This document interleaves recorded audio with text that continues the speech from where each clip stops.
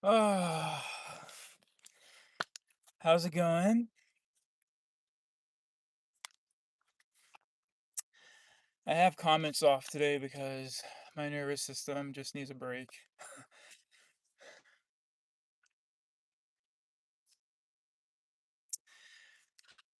Whew. I'm just here talking to myself and reflecting.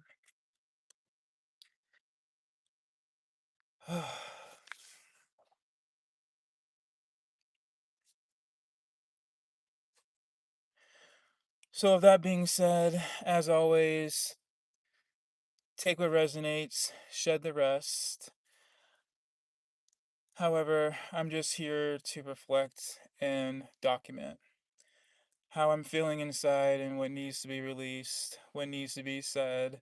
And that's actually part of the medicine, the soul medicine. And right now, that green dot is just a mirror. It's just me looking at my soul. So, my name is Dr. Rattle, Death of the Ego, Rebirth of the Inner Child, and my inner child is Rattlebones, aka Rattlebee. And this space is a sacred space, and this space is called the ER Playground, which means embodied release. And here we believe issues are in the tissues, and movement is medicine. And this is actually movement. Movement doesn't always have to be me being in the ER playground, so to speak. But movement is moving my thoughts, moving my energy.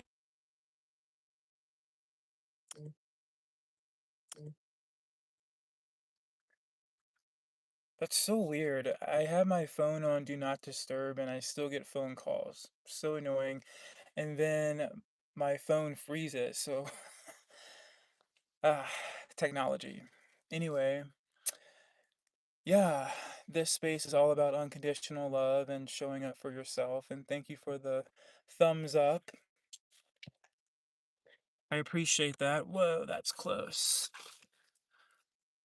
So, yeah, I'm just here documenting my journey. And I don't know if you, whoever's here, welcome, Rattle Patch Kids. Thank you for being here. And if you're just here, I stated earlier, I have comments off today because my nervous system is just fried. I can't right now. I reconnected with my aunt today, my dad's sister, and I haven't seen her. I can't believe it's been 3 years, 3 years, and we we live in the same state. And I think if anyone's ever lost anyone, I think I was just depressed and I just needed space. But I also had this thought today that when I saw her today, she looks so much like my dad, meaning her smile, her laugh, and it just reminded me so much of my dad. So, anyway, before I go into that, I just want to say, Rattle Patch Kids, we have crossed 800K views, and wow. And wow, meaning that this medicine, this soul medicine, is touching people, it's touching souls, and that's all I ever wanted to do is make a difference in this world, and I didn't really know how. And I think it's okay not knowing how, and I'm not getting paid for any of this. I'm just showing up for myself. And I think that's where the magic is showing up for yourself and not trying to fix people. Because here in this space, you are not broken. No, you're beautiful and you're whole and you're complete. So, that being said, thank you. Ah, man, what a day. What a day.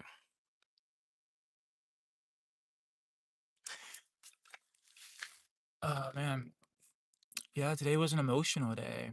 I I kind of felt it in my gut that when I saw my aunt, I was probably going to be emotional.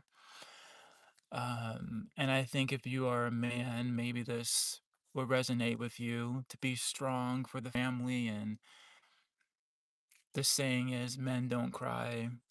And didn't, I haven't really cried over my dad's passing. I think not like really just letting it all out and just like really letting it just go there, going to that space. Uh, and I feel like I still haven't really done that yet. Part of it is I don't like to have headaches, and when I cry, I get headaches, and my eyes are all puffy. It's not, it's not attractive. But anyway, today I met my aunt, and the last time she saw the condo, it's where my father passed, and she hasn't seen it since. And we remodeled it, and now we have it up for Airbnb. And so we met up today, and I told myself this is probably going to be emotional, and that's okay. And it was so nice seeing her. Oh my God. My aunt, she's so tiny, and I forgot how tiny I forgot how tiny she was. And we just hugged, and she was just taken away on how the condo looked, and she was like, "Oh my God, it's so beautiful." And uh, your dad would have loved it. And we were just, well, she was just saying that, man, I wish your dad lived this way. Meaning, I wish my dad, right before he passed, well, when his depression started, he just started to become unorganized and kind of stopped taking showers, and his house was just a mess. And I don't know if there's anyone watching that can relate to that. And that's why when Venom stated, "Looks like you stink," I'm just like, well, you never know what people are going through. And I just can't deal with that toxicity right now today. So, anyway, we I showed her around, and she was just amazed on how the condo looked. And we sat down and we started talking. And I was a kid when a lot of this went down, so I didn't really understand all of it. But today we talked about my my sister and how my mom got pregnant when she was still married to my dad. She got pregnant by another guy. And I thought for a very long time I was blaming my mom for my dad's depression, meaning, well, if she didn't leave him and if she didn't cheat on him, he wouldn't have been an alcoholic. And I didn't know that my dad had headaches when he was a kid. My aunt told me this today, and that he was always like, not always, but he was angry, or if he didn't win a game, he would just throw the game and the pieces would go flying. So I think there was always something there. And I was like, oh, I didn't know that. And so that was good data. And then I brought up that my mom wanted custody. I'm sorry, my mom wanted child support from my dad with Carly, that's my sister. And my dad can't have kids, he got fixed. And my aunt was like, "No, no, no, no, that's not what happened. Your mom actually defended your dad and saying Carly's not his because they were married at the time." And I guess how it works is if you're married and another kid is born, you have to pay child support, which is just wild. And my dad was like, "Yeah, I'll pay child support, but she's not mine." And that really felt good in my heart that my mom did that, because I didn't know that. I was 6 or 7 years old when all this was happening, so bits and pieces. And yeah, we were just talking about how my dad always wanted kids and how my dad would play with my cousins. He would be on the floor and just rolling around with them, and it was just beautiful to hear the younger stories of my dad that I didn't know or I knew I forgot. So that was beautiful. And God, what else did we talk about? We talked about because my dad was born in Miami. My dad went to Tampa Tech, and we just talked about Miami, like living in Miami, and how my dad loved Miami, and how my dad was just a party boy, and but also a really beautiful soul. And we talked about I don't know, we just talked about so much, and it was nice, and it almost felt like, what did it feel like? It felt like closure. It just felt good to hear and to see my aunt because it was just a mirror of my dad, it seemed like. And we were talking about just his final days and how he just struggled. And I told her I'm really proud of us. I'm really proud that we took care of him the best that we could. And I asked her, and I'm like, "Do you ever feel my dad's energy?" And she's like, "Yeah, all the time." I'm like, "Yeah, me too." And I said, "Does it ever scare you, like when you feel that energy?" She's like, "No, because I feel my dad in here. I feel him all the time, goosebumps, and or if I'm at the gym, he loved Miami Dolphins, or like Miami Dolphin football team will show up on the TV. I'm like, oh, it's interesting. Or a song that we would play would start playing, just things like that. And at first, I'm like, that's weird. But when it kept happening, and now my belief system is that they're still here. We just can't see them. And we're all connected. That's what we believe here at the ER playground, that we are all connected. We are all one. And so I believe my dad's energy is here. um so anyway, we went to lunch, my aunt and I, and we just talked, and we talked about her past relationships, and I didn't know my aunt went through abuse. She talked about how her first husband would hit her, and I was just like, "What?" She's like, "Oh yeah, that's why I left them." My God. And she was like, "Yeah, there was one incident where we got into a fight, and um, my grandmother was like telling my, uh, it was just awful, but she was telling my her other brother, you need to go in there and help your sister, or you're not going to be my son anymore." And um, my uncle went in there and guess broke up the fight, but I didn't know that. I did not know that. And she said her other husband, I met the other husband. Unfortunately, he passed away. He was an alcoholic, and my cousins found him. Warning, this is graphic, but they found him unresponsive in a recliner.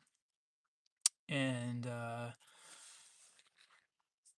but yeah, he was an alcoholic and he cheated on her. And she said that, yeah, he was just verbally abusive.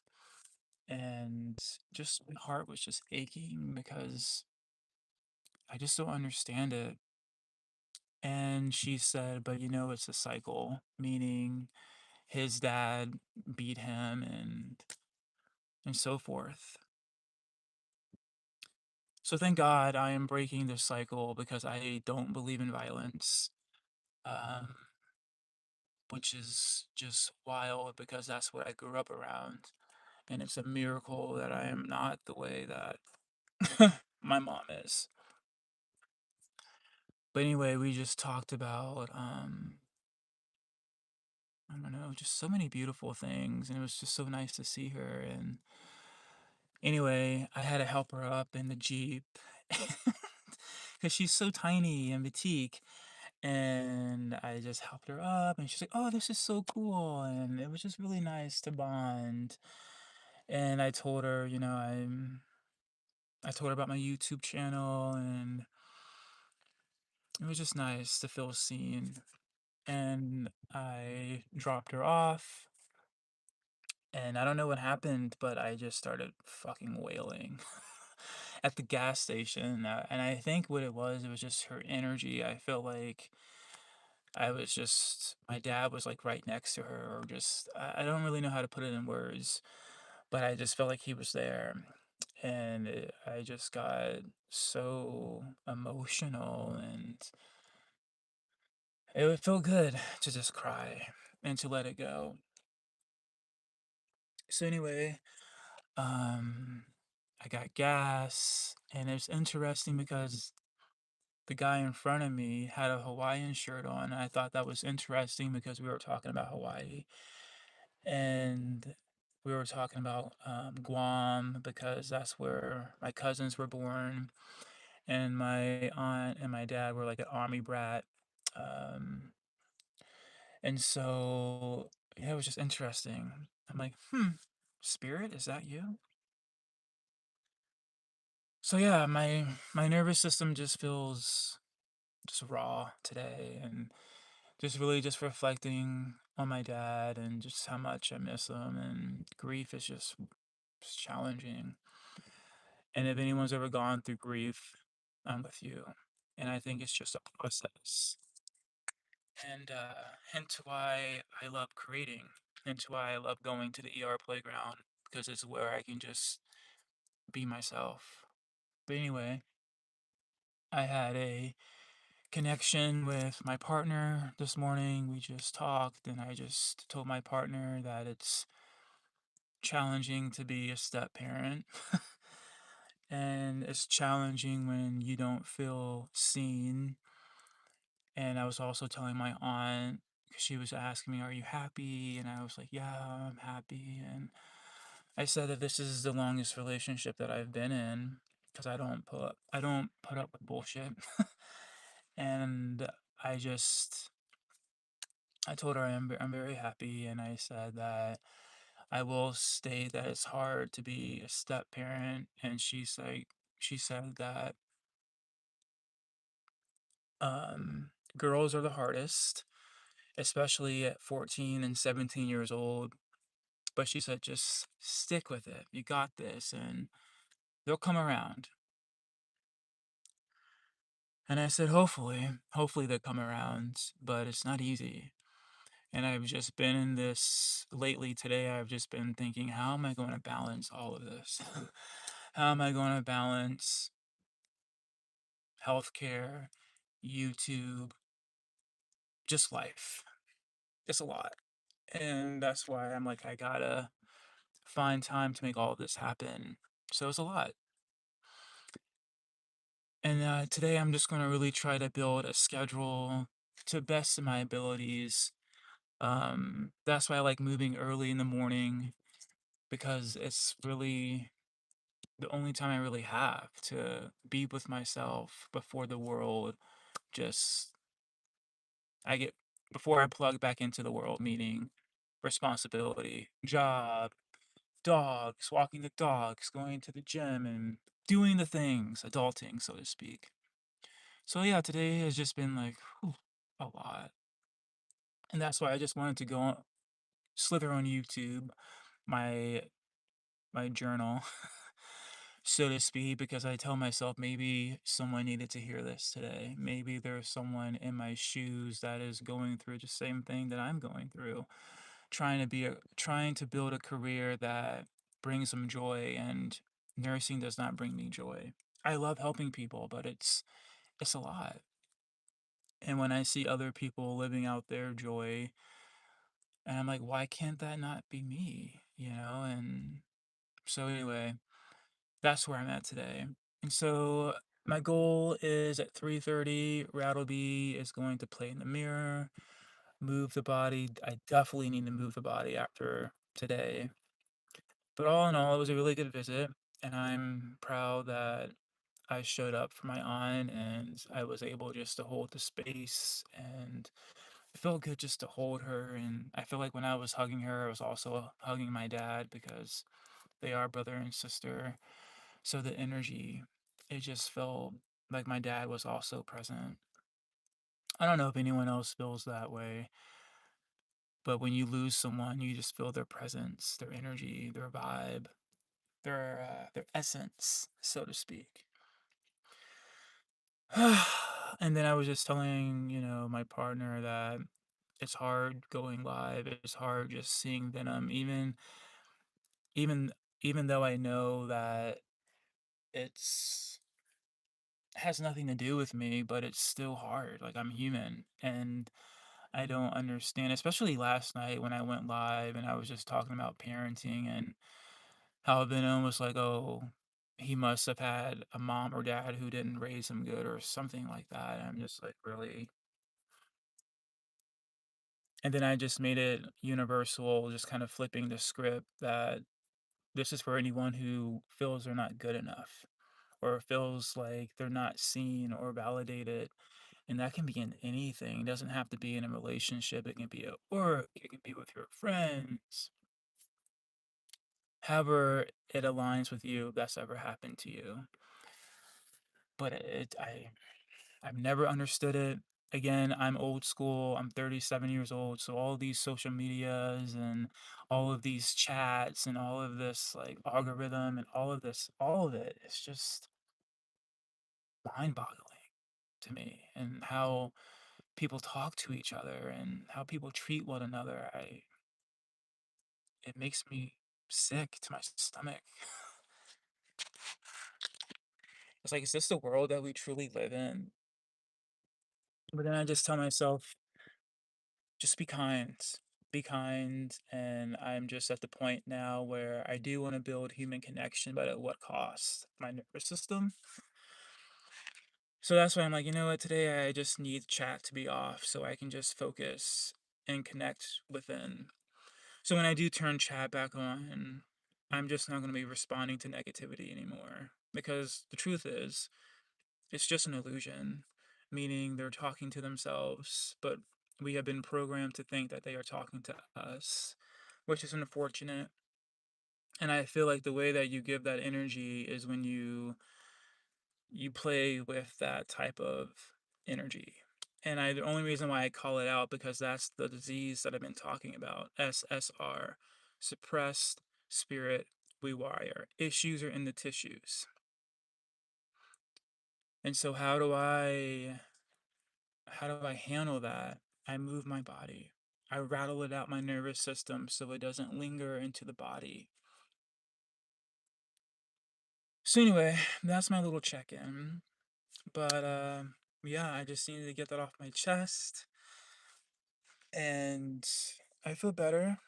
I'm excited to move my body here in a little bit. I'm excited to connect to Rattleby, and thank you for the thumbs up. You were seen here, you were loved, and I really, really, really, really appreciate you. I know time is precious, so if there's ever a soul that's witnessing this, thank you. I know you have a busy day and a lot on your plate, so just thank you for being here with me, because sometimes I feel lonely. And sometimes I feel like, I don't know, an outsider. Maybe like that's why I always say like X-Men, because I feel like I'm a mutant. That's the beauty of Rattleby, my inner child superhero, and I just keep telling myself maybe I'm not the only one. But anyway, that's what I have for right now. And thank you, and see you in the mirror. And if you vibe with this energy, consider subscribing. Yeah? All right. Much love.